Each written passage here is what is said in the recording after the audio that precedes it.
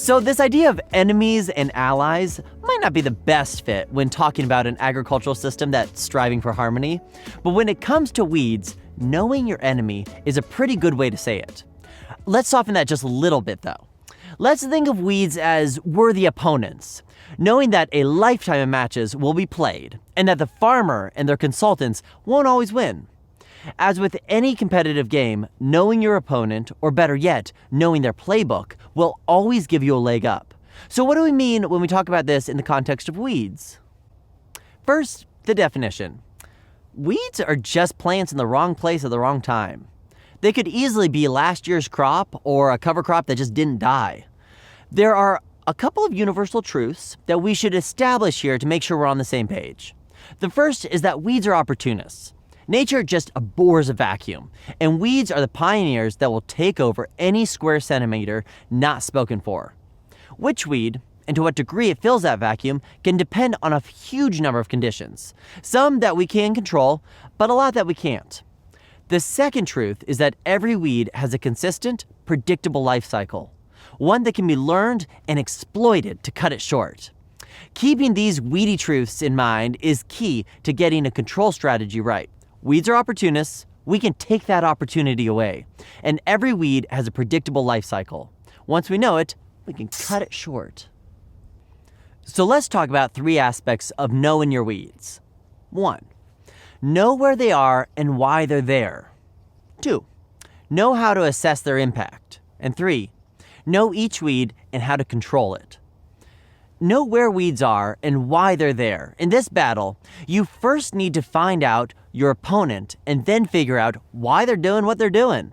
This means knowing your field history, knowing where weeds might be a problem within the rotation, and accounting for weed presence with careful scouting. What's the short list of your farm's problem weeds? That's the team you're up against. A quick note here. The weed presence, while a field is conventionally managed, may not be the same as weeds that show up under organic management. Changing the modes of action used, the crop rotation, and the input program can all select for different weeds in different places. So don't assume that the roster of weeds before transition is going to be the same a couple of years later. But why are those weeds in this field? Field history is a big one. We all wear our past scars into the future, right? The same is true for a field. No-till fields can give you this significant weed flush when the soil is disturbed. Poorly managed pasture or CRP ground can lead to the same thing. Management that wasn't careful or timely enough, which is a common problem no matter what flavor of agriculture, can haunt an organic farm for years. And if a field's history isn't known, maybe it's a new lease, ask that previous tenant or neighbor who's been watching that field for a few years. Then there are a bunch of other indicators and causes that can lead to weed pressure. Soil moisture, nutrient imbalances, introduction through manure or other seed, on and on. We know that each weed has this happy place. Like sedges love a good wet soil. Lamb's quarter love that low phosphorus, high potassium soils. Ragweed and most other weeds in fertile, high NPK fields. Some love more compacted soils, some benefit from that early spring tillage, while others just thrive in this no-till system. There are too many to cover here, and they're so place-specific and farm-specific that they're not going to be super useful right now. Let's leave the what and why here for now by saying that just because a field hasn't been sprayed for 3 years doesn't mean that it's a good fit for organics. Good weed control prior to raising an organic crop will be key to ensuring future success. On the other hand, a field known to have extreme weed pressure may not be a good place to begin transition to organics. Know how to assess weed impact. So you know where the weeds are and you've got a little bit of an idea as to why they're there, but how bad are they? As we've talked about before, no organic field is going to be 100% clean. But at what point does weed pressure go from something that might not look so great to something that is bad with a yield and therefore financial hit?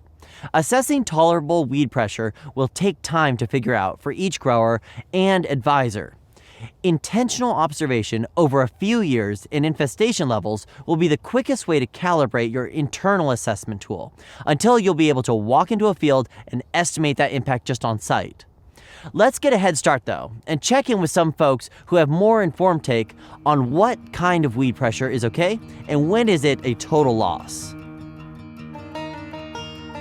I think the biggest shift in my mindset for weed control was almost a slight acceptance of weeds, where before, when I was conventionally farming, I looked out over a big, monocropped wheat field, and if I saw one kochia plant, I wanted to go out there and pick it, and it drove me nuts.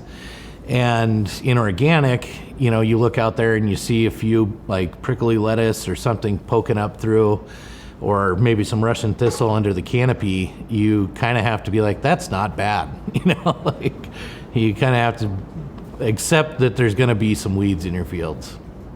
There are organic farms that look spotless. I'm willing to wager that no organic farmer out there has spotless every time, every year. And that can be a real stumbling block for a lot of guys that are used to seeing fields that are just nothing out there. Even just like this year, I had a canning crop, and of course when we planted the canning crop, the canning company that came to plant it were laughing about how, it is right, it's no-till, it's not gonna work, and they made me vertical till it, which I was okay with that. It ended up being pretty weedy because I had to reduce my chemical for cattle. Well, it ended up being one of their best fields. So to me, I thought, okay, well, so I got weeds, so what? My answer would be, rather than thinking about a number, think about a direction. Think about heading in a direction with your weeds over time, where you're bringing that seed bank down gradually. Again, it's that mindset where you go, there's going to be weeds. And sometimes one of the tools that you have is a mower. And you're going to take out an acre, because taking it out this year and mowing it down and then getting in there with a little bit of a digger on the back or a small tractor that just digs it up and tills it up a little bit in that 1 or 2 acres is going to save you 3 years of issues of weeds. I would never plow under a train wreck. Never.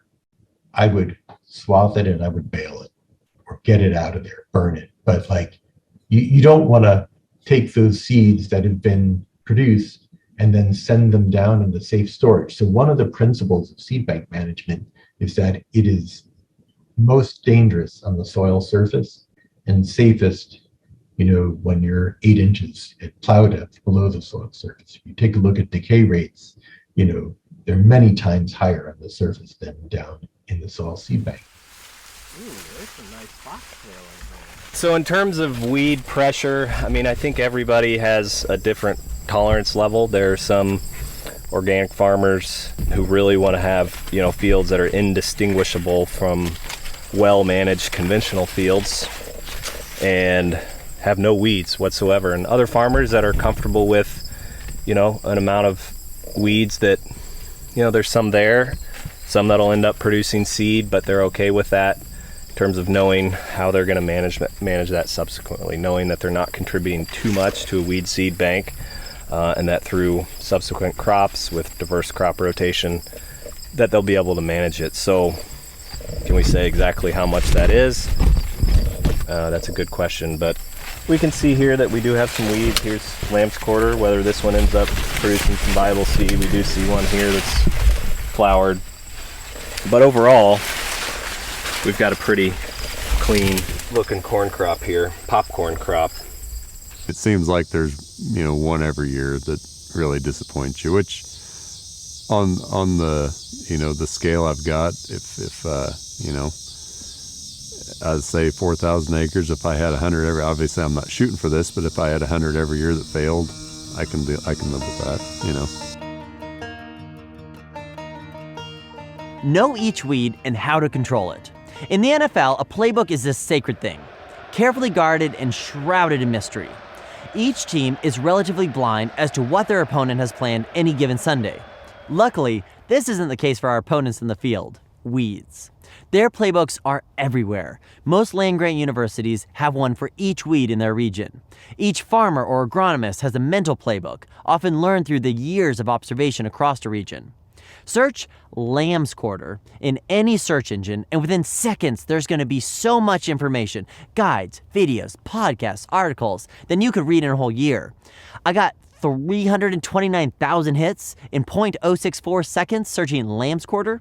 So to dig deeper into some of the best resources we found, check out the links in the lesson notes. Each resource will likely have loads of information, some of it relevant to an organic producer and some of it not.